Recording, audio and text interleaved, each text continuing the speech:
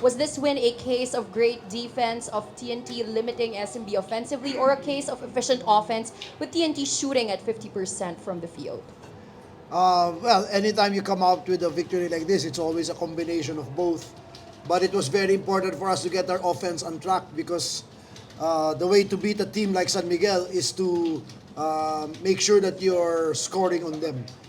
So we worked on that, talked long about that, and fortunately we shot well from the field for the first time in the series. And but I think the most important thing was we put the whole complete game together. And the only thing that we wrote on the board before the game was 48. We wrote the number 48 in our board because that's the way to beat a team like this, to play good basketball for 48 minutes. Last game, we played well for 36 minutes. We lost in the end. Game 2, again, we played a very poor first half. So today, that was, fortunately, we were able to come and deliver for the entire 48 minutes. Thank you, Coach Chot. Now we would like to open the floor to our friends from the press. Coach Chot, congratulations. Coach, how did you took a long, hard look at yourselves and say na hindi sayang yung nangyari nung game 3, but it's an indication that you can beat San Miguel as long you can finish the job? Well, we just took a longer, a bigger perspective. Sabi namin, yeah, we lost in the last 1 minute, but I just reminded the players, we got into the finals with the same way. We won in the last 43 seconds, right? We scored 8 points in 43 seconds. So, ganun talagang basketball eh. That's how sports is. So, I said, let's put this behind us. Henry Galinato was very, very down on himself after the game, and I said, forget it. Forget it. Hats off to CJ. He made a tough shot, and then he made a three-pointer in front of Calvin. Those were not open looks, and like it's a basketball truism, right? Great offense will always beat great defense. I thought we played great defense, but CJ made a couple of super plays, and there's nothing you can do but tip your hat. So pinag-usapan namin. All we can do is just to move on, go to the next, and fortunately the players responded. Alvin, sa inyong mga players, paano napag-usapan yung up na kayo ng tatlo 50 seconds, then nawala yun sa isang iglap? Yun yung sabi ni Coach, nakita namin si Henry na umiyak dun sa kanya. Kasi syempre as a player, may mga ganun kang emotion, lalo na sa mga ganung bagay. Pero sabi nga namin, until the buzzer, tumunog yung buzzer, huwag kami mag-celebrate.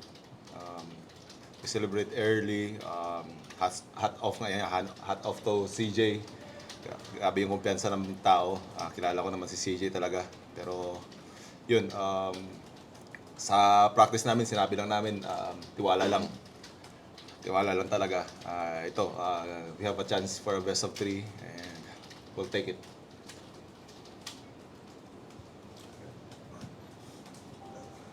Coach, good evening. Coach, did you come out with a sense of urgency going to this game? I thought naman in all the games we came out with a lot of urgency, but not with a lot of precision. So sabi namin, like in game 3, we had 8 turnovers right in the first quarter. So that fueled San Miguel's offense. So sabi namin, let's just get good shots. Hindi naman shoot lahat ng tira namin, pero wag namin ibigay sa kalaban. Okay, don't give them those opportunities, because if you give a team like that those opportunities, mahirapan ka talaga. So I thought today, just like every game, we came out with a lot of urgency, but we coupled that now with some precision and some accuracy. Alvin, you played your best game sa finals. Tingin mo magtutuloy-tuloy na ba itong Happy lang ako the way we respond to game. Hindi lang naman ako, pati yung mga bigs namin, Jordan, yung mga pasa ni Jordan, and every game naman is a different game. Kung ano yung approach ko ngayon, kung ano yung magaganda na nakukuha ko ngayon, dadalhin ko sa next game. Kung ano yung mga mali, mag-a-adjust ako. Coach, the win came up with a prize following Roger Yeah. Pogay's re-injuring his hamstring. Yeah, again, to be honest, hindi naman kasi dapat naglalaro si Roger eh. But pinilit lang natin niya talaga because si Kim Orin also was out with back spasms. Kaya game 3, hindi siya nakalaro. He was not even able to practice last night. So, yesterday. So, kapos talaga kami. And that's why napilitan talaga maglaro ni Roger. But his hamstring is not yet fully healed. And we saw that. Hopefully, I don't know, pero it doesn't look good. But like Calvin said, nandito na kami. We've put ourselves in position, so we'll just continue trying.